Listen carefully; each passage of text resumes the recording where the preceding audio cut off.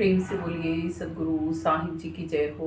सतनाम साहिब। आप सभी को मेरा प्रेम भरा सतनाम साहिब। इसीलिए ही संतों को कहा जाता है कि वो अलमस्त हो जाते हैं, मस्त होते हैं संत। अपनी ज़िंदगी को उस परमात्मा के लिए जीना जान जाते हैं संत जन। और मैं संतों को इसीलिए ही सदके करती हूँ कि वो इतने विरले होते हैं कि परमात्मा से मिल जाते हैं।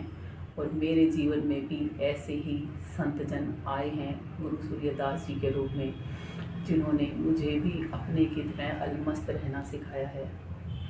सदा रहो अलमस्त भजन में, पी लेना बूटी बूटी, पी लेना बूटी बूटी जी, पी लेना बूटी बूटी। ये साहिब जी का भजन है, कबीर साहिब जी का। और मेरे गुरु जी ने मुझे ऐसा बनाया है, ये उनकी रहमत है मुझ पे।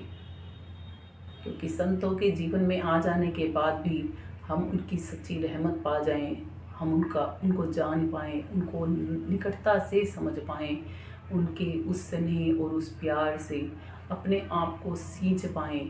कहते हैं ना कि हीरा हर एक पत्थर बन सकता है, बशर्त है तराशने की हद से कौन गुजर सकता है। और मैं तो वो पत्थर भी नहीं कि जो तराशने की हद से गुजर पाती, मगर फिर भी मेरे गुरु जी ने मुझ पे बहुत मेहनत की और मुझे तराशा बड़े प्यार से कि आज मैं आपके सामने कुछ बोलने लायक हुई हूँ, कुछ आपको समझा पा रही हूँ, सुना पा रही हूँ। ये सब और सब केवल और केवल मात्र मेरे गुरु जी की देन है। इसीलिए ही मैं अपने गुरु जी के हर पल हर घड़ी सदके करती हूँ। भले ही उनके पास रहूं या उनसे दूर रहूं, मगर उनके गुणगान गाने कभी आत्मा बंद नहीं कर सकती। मानव जी कहते हैं कि यही हम सोच सोच के कि लोग क्या कहेंगे, वेद पुराण क्या कह रहे हैं, बिना समझे ही अज्ञानता में उनको आधा अधूरा पढ़ते हैं। अधूरा ज्ञान खतराए जान, ये सुनने के बाद भी हम चेतते नहीं, समझ नहीं करते और संतों का संग नहीं करते। तो मानव जी कहते हैं ये सब चीज़ें ही गल में फांसी की तरह डली हुई हैं।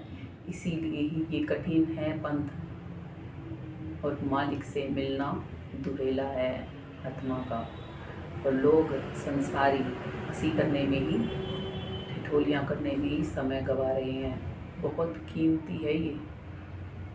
एक हमारे गुरु जी का भजन है, उसकी 2 लाइनें यहाँ पर याद आ गई श्वासों के ऊपर, वो आपके सामने रखना चाहूँगी। इन कीमती कीमती श्वासों को व्यर्थ में ना गवा, सुन ले अवधू,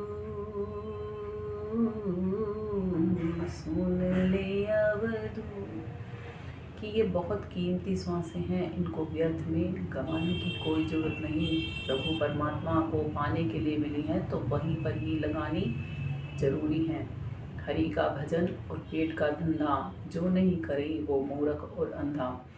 कि संसार में हो तो संसारिक कर्म भी जरूरी हैं करने, मगर उससे भी कहीं गुना ज़्यादा जरूरी है प्रभु प्राप्ति करना। इसीलिए ही मालिक ने कहा है पहले करो हरि का भजन। हरि का भजन जान के किया जाता है, जैसे संसार के धंधे जान के किया ना, बिल्कुल वैसे ही हरि का भजन भी पहले जाना जाता है और फिर किया जाता है। पहले हरि का भजन करो और फिर पेट के धंधे करो। जो ये दोनों चीज़ नहीं करते वो मूर्ख हैं। क्यों मूर्ख हैं? क्योंकि वो अपनी लक चौरासी तैयार कर रहे हैं। और अंधे हैं क्योंकि परमात्मा को नहीं देख पा रहे, केवल जगत ही देखते जा रहे हैं। तो अंधे नहीं तो क्या हैं? तुलसी साहिब जी इस पर कहते हैं कि घट में है सूझे नाही, लानत ऐसी जिंद, तुलसी या संसार को भया मोतिया बिंद। जब मोतिया बिंद आँखों में पड़ जाता है तो दिखाई नहीं देता ना। तो यही बात साहिब भी कह रहे हैं कि आप मूर्ख और अंधे मत बनो। अगर अंधे हो भी तो मोतिया बिंद पड़ा हुआ है आत्मा की आंखों पे, वो ठीक हो सकता है। संत जन ठीक कर सकते हैं। उनकी शरण ग्रहण करो जितनी जल्दी हो सकती है, कहीं ये समय हाथ से छूट ना जाए। परम लोक का कोई पंथ बतावे, मन सांदर त्रासी है। कहते हैं कि उस परम लोक का कोई रास्ता दिखाए, रास्ता बताए। मेरे मन के अंदर ये प्यास है, त्रास है, मैं मिलना चाहता हूँ मालिक से। मानव जी कहते हैं कोई वहाँ का मर्म ही नहीं मिलता यहाँ पर, क्योंकि हम कहीं और ढूंढते रहते हैं उनको, जहाँ वो हैं वहाँ ढूंढते ही नहीं। परमात्मा कहीं और है और हम ढूंढ कहीं और रहे हैं। साहिब इस पर कहते हैं कि वस्तु कहीं ढूंढे कहीं, की विधि आवे हाथ। कहें कबीर वस्तु जब पाइए, जब भेदी लीजिए साथ। बेदी लीना साथ कर, वस्तु दई लखाए। कोटिन जन्म का पंथ था, गुरु पल में दिया पहुँचाए, गुरु पल में दिया पहुँचाए। और सही मायने में ही जब हम गुरुओं की शरण ग्रहण करते हैं, सच्चे शब्द भेदी गुरुओं की जब हम शरण ग्रहण करते हैं, तब वो हम पे सहज में ही दया कर देते हैं। और जब हम पे ये दया होती है और हम उनकी दिखाए गए इस रास्ते पे लगातार चलते जाते हैं अमली बनकर, तो वो घर दूर नहीं कि हमें मिले नहीं। प्रेम पंथ ऐसो कठिन, सब कोई निभावत नाही। प्रेम पंथ ऐसो कठिन, सब कोई निभावत नाही। चढ़बो तुरंग मोम पर, और जलबो पावक माही। ये कबीर साहिब जी की वाणी है।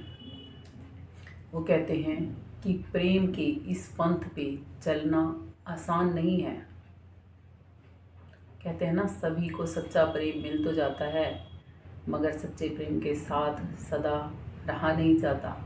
एक ना एक दिन तो अलग भी होना पड़ जाता है।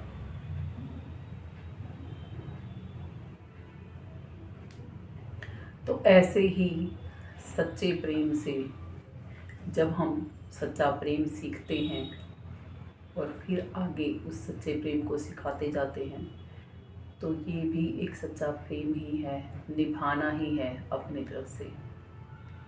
और सब कोई निभा नहीं सकते इस चीज़ को, क्योंकि ये रास्ता आसान ये दुनिया छोड़ती नहीं है।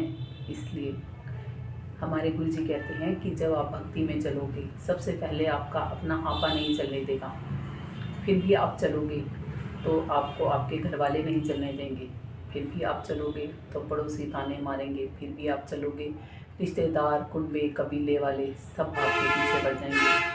फिर भी आप चलोगे, जिस सत्संग में आप पहुंच जाओगे, तो सत्संगी भी एक समय ऐसा आ जाएगा कि ताने मारेंगे। और एक पल ऐसा भी हो सकता है कि गुरु भी तिरस्कार कर दे, मगर आत्मा फिर भी लगातार सतत जो उसके गुरु ने उसको मार्ग दिखाया है, जब उस पर चलती रहती है, तो वो परमात्मा को पा ही लेती है। इसमें कोई दुराहे नहीं। कितनी अड़चने आई बीच में, समझ पा रहे हैं ना आप कि अड़चनों के बाद भी जो आत्मा रुकती नहीं, उसको परमात्मा मिले नहीं, ऐसा हो ही नहीं सकता। परमात्मा पक्का मिलता है, बशर्त है कि चलने की चाह पर प्रबल होनी चाहिए। उस चाह में कोई मीन मेख नहीं होनी चाहिए। और मैं तो अपने गुरु के सदके करती हूँ कि उन्होंने ही ये चाह मुझ में भरी, उन्होंने ही ये लगन, ये चस्का, ये दीवानगी उन्होंने ही दी मुझे। यदि वो मेरे जीवन में ना आए होते तो शायद आज ये जीवन ही ना होता। कहते हैं कि इसको निभाना बहुत कठिन है। कितना कठिन है, साहिब उदाहरण दे के समझा रहे हैं कि चढ़ना पड़ता है घोड़े को मोम के ऊपर और जलना पड़ता है अग्नि में। जैसे मोम का एक घोड़ा बना दिया, उसके ऊपर बत्ती होती है, बत्ती में आग लगा दी तो क्या होगा, वो धीरे धीरे पिघल पिघल के उसके अस्तित्व को ही मिटा देगी। और यही कहते हैं कि जब मैं मिटाई मैंने अपनी, तब मैंने तुझको पाया है। तब मैं तेरा हो पाया हूँ, जब मैंने अपने अंदर से अपने मैं को भी मिटा दिया। उससे पहले हम किसी के हो नहीं सकते। जब तक हम अपनी मैं में रहते हैं, तब तक हम सामने वाले के कभी नहीं हो सकते। जब हम अपनी इस खुदी को मिटा देते हैं तब खुदा के हम हो जाते हैं। और इस संसार में जीने के लिए मैं और मेरा मन केवल यही चलता है। इसीलिए ही कहा आपको कि हर समय उस होश में रहना भी आसान नहीं। पलटू साहिब जी कहते हैं कि जगत हंसे तो हसन दे, पलटू हंसे ना राम। लोग लाज कुल छोड़ के और कर लो अपना काम। कि ये दुनिया हंसती है, ये दुनिया क्या कहेगी, ये दुनिया तो वैसे भी हमारी नहीं। तीन लोक में काल निरंजन की सत्ता चलती है।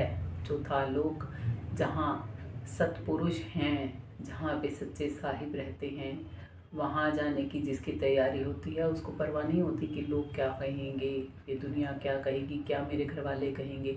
झगड़े झगड़े इनके साथ चाहे चले या ना चले, उसका अपना एक टारगेट सेट होता है कि मैंने तो यहाँ से जाना है, बस मैंने तो अपनी आवागमन निवारनी है। अब जन्म मरण और नहीं, अब आत्मा ने और नए जन्म लेने नहीं, और ना ही नया जन्म, ना ही नए कर्म और ना ही मृत्यु। तो आवागमन मिटेगी ना।